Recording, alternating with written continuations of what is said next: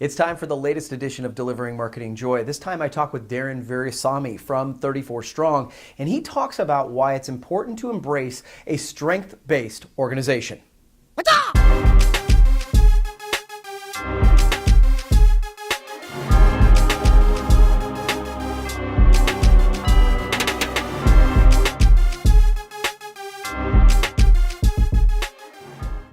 Well, hey there, and welcome to another edition of Delivering Marketing Joy. I'm your host, Kirby Hasseman, and joining me today is a brand new guest. I'm super excited to have him. He's the Chief Operating Officer and one of the founders of 34 Strong, Darren Virassammy. Darren, thanks so much for joining me, my friend.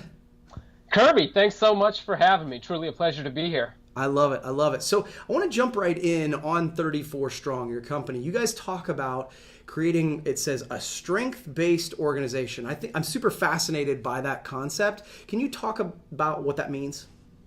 Yeah, I think there's this great African proverb. Maybe you've heard it before, but it's simply this. If you want to go fast, go alone. If you want to go far, go with others. That is one of the core tenets of a strengths-based organization. And what it is, Kirby, is, so often we're conditioned to think that our greatest opportunity for growth as humans, in our human development, our greatest capacity for growth and aiming for excellence lies in focusing on our areas of deficit, our areas of weakness. And the truth is not that at all. In fact, we couldn't be more further from the truth than that. It really comes down to this. How can you aim high if you're focusing on your weaknesses? So the strengths-based approach to organizations, or strengths-based organizations, when we step into that culture, what we're really aiming for is creating cultures of engagement where people can be engaged in being valued for being valuable and really show up as the best version of themselves, where they get to play through the filter of their talents and their strengths. So we really look to identify what your natural strengths are, and that's your natural patterns of thought, feeling, and behavior that can be productively applied. And in that African proverb, again, it's if you want to go fast, go alone. If you want to go far, go with others.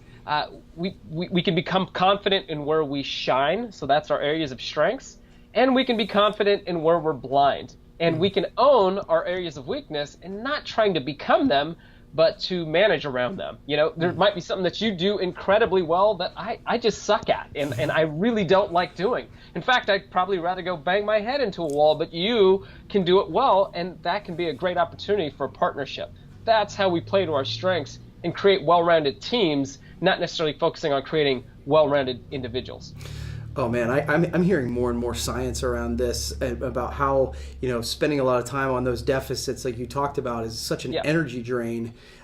This makes total sense to me. I think that's super interesting. So let's say I'm interested, and I am. So what are some tips you can give me, my organization, other organizations who are interested, to sort of dig into this concept? What can we do?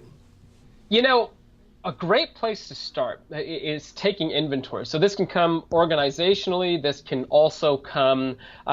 This can also come for you as an individual. There's a great process that we have that we utilize. It's called Grind, Greatness, Genius. And what do you do in that space? You can do it for your organization and ask yourself, how much time is our organization, or if you're taking that introspective look at yourself as a leader, how much time am I spending in my grind zone? So Kirby, what's the grind zone? The grind are the things that maybe when you think about doing them, you consider accidentally breaking your ankle because I actually rather not do that today. Yeah. I'd prefer not to do that. So, we don't accidentally break our ankle. We might actually think like that might be a better option because it's so de-energizing. We spend hours doing it, and it just saps everything out of us. Totally. And it takes us out of our zone of genius, no matter how many times we practice it. So these could be things that we've actually spent a lot of time, quote unquote, developing, practicing, investing in, and we're still getting to below mediocrity with them.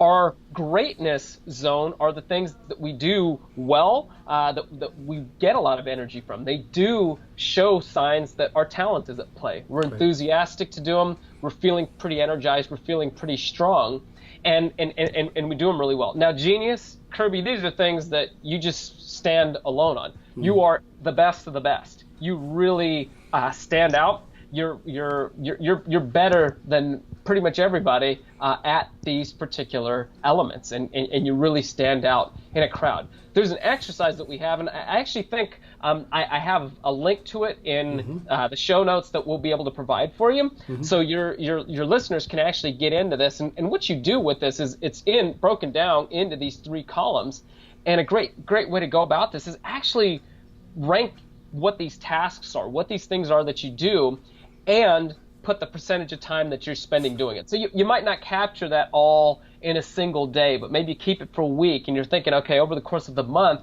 what is it that I'm doing, or what is it that my team is doing? And if you find that you're spending 60-70% of your time personally, or organizations spending a lot of their time in the grind zone, you got to start asking some questions. How can we sub this out?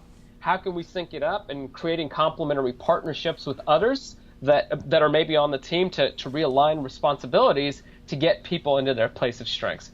Another great opportunity to really advance on this, take the Strengths Finder. You can take the Clifton Strengths Finder. You can actually take it through 34 Strong at our website. We have that capacity to be able to take that. And you can learn a lot about your natural talents through just taking that. It's a great report that's on there. If you want to learn more about it, you can definitely reach out to us. But that assessment helps you identify your natural patterns of thought, feeling, and behavior that can be productively applied. So it's interesting. Two observations. Number one, so in order to dig into a strength-based organization, you need to do individual-based testing to see who excels in what, right? Is that where I understand it? You got it. And the other observation I have is you and I were introduced from a kind of a mutual friend, Mike McAllowitz, and it comes to mind that he talks about this idea, at least, in the book Clockwork, right? Yep. Getting people to spend more time in that. And so obviously something he believes in as well. He does, yeah, absolutely. In Clockwork, actually in Chapter 5, in Balance the Team, he writes about a conversation with me and a meeting with me, and we've done a lot of work with his whole Profit First professionals team and getting them aligned around their talent. Because it does, that whole concept of balancing the team out. So often, as leaders, even across our team, we get in this mindset, that deficit mindset of, I've got to really work on my areas of weakness, or I have to be all things to all people. Yeah. Well, again, how can you aim high if you're focused on weakness? How do you get to excellence? Nobody rolls out of bed, Kirby. Nobody that's going to work, nobody that owns a business and says, you know what? World, today is the day that I want to have as mediocre or below average team as I possibly can have, and have as mediocre or below average business as I possibly can have, if they can pick between that and excellence, right? Yeah. You can't get to excellence if you're focused on your weakness only. We've got to manage around those things. We're not saying ignore them, but you got to manage around them. And this gives you, when you shine a light on who you are and who you're not, you can be confident in where you shine and confident in where you're blind. So you can open up yourself to those partnerships. I love it. Well, so I've got one more question for you, and I think it ties into what we've been talking about today. And why do you think culture plays a big part in business success today? And I feel like this, having people work to their strengths would help the culture. Does that make sense or no? Oh, it totally does. Kirby, you're a marketing guy, and at the end of the day, your culture is your brand in so many ways, right? Mm-hmm. Think about this, right? Think about this. How are you going to get engaged customers? How are you going to get engaged clients from disengaged employees? Yeah. If your employees are showing up and they don't feel like they can be their best because they're not put in a place where they can thrive, they're just trying to survive every day. How do you expect to get clients that can feel like they're thriving, that they're getting engagement and getting the best out of your organization? So culture matters so much for a number of reasons, but I'll just keep it short. Your culture is your brand because it creates the environment in which your employees can thrive and thus give to your clients. The other element is employees' motivations are changing. Yeah. So culture really matters. People want to have and be a part of cultures where they feel like their voice counts, they're valued for being valuable, and there's a purpose and a connection that matters for them. So that's kind of the place of where it is, and it totally ties into the marketing elements. It's kind of the yin to the yang of the marketing side. You've got to have the marketing systems in place, right? You've got to have the promotional pieces in place, but you also got to have the people that are the lifeblood. The culture is the lifeblood, and that's what your people are. That's why it matters so much. Man, I totally agree. That's fantastic. So, good stuff, man. So you've answered my 3 questions. I give everybody a chance to ask me a question. Do you have one for me? I do, Kirby. So what is your biggest personal life hack that you most connect to your growth and success in life and in business? Man, that's a great question. Okay, so I'll go personal and professional. Is that cool? Absolutely. So from a professional perspective, I think one of the things that took my sort of content and career to a new level was shared platforms. So just like what we're doing here, this webcast, podcast, those sort of things where we can partner and we both share our audiences and we can both add value to those, that's been a big game changer for me over the last couple of years.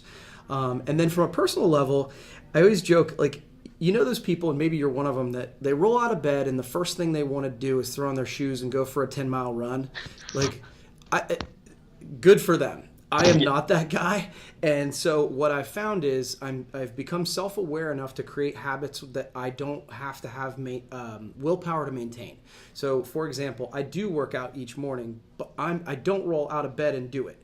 I go and I get my coffee and I do a little mindless reading and I try to put some good in, but it's like, after about 45 minutes, 2 cups of coffee, now I want to work out. And so it became a thing where, and working out then kind of creates a downhill pattern in a good way of, okay, my brain's working a little better and I feel better and I'm a little less stressed. And so, but if I would have said, hey, I'm rolling out of bed and I'm running outside in the cold, I would stop after 3 days because I don't want to do it.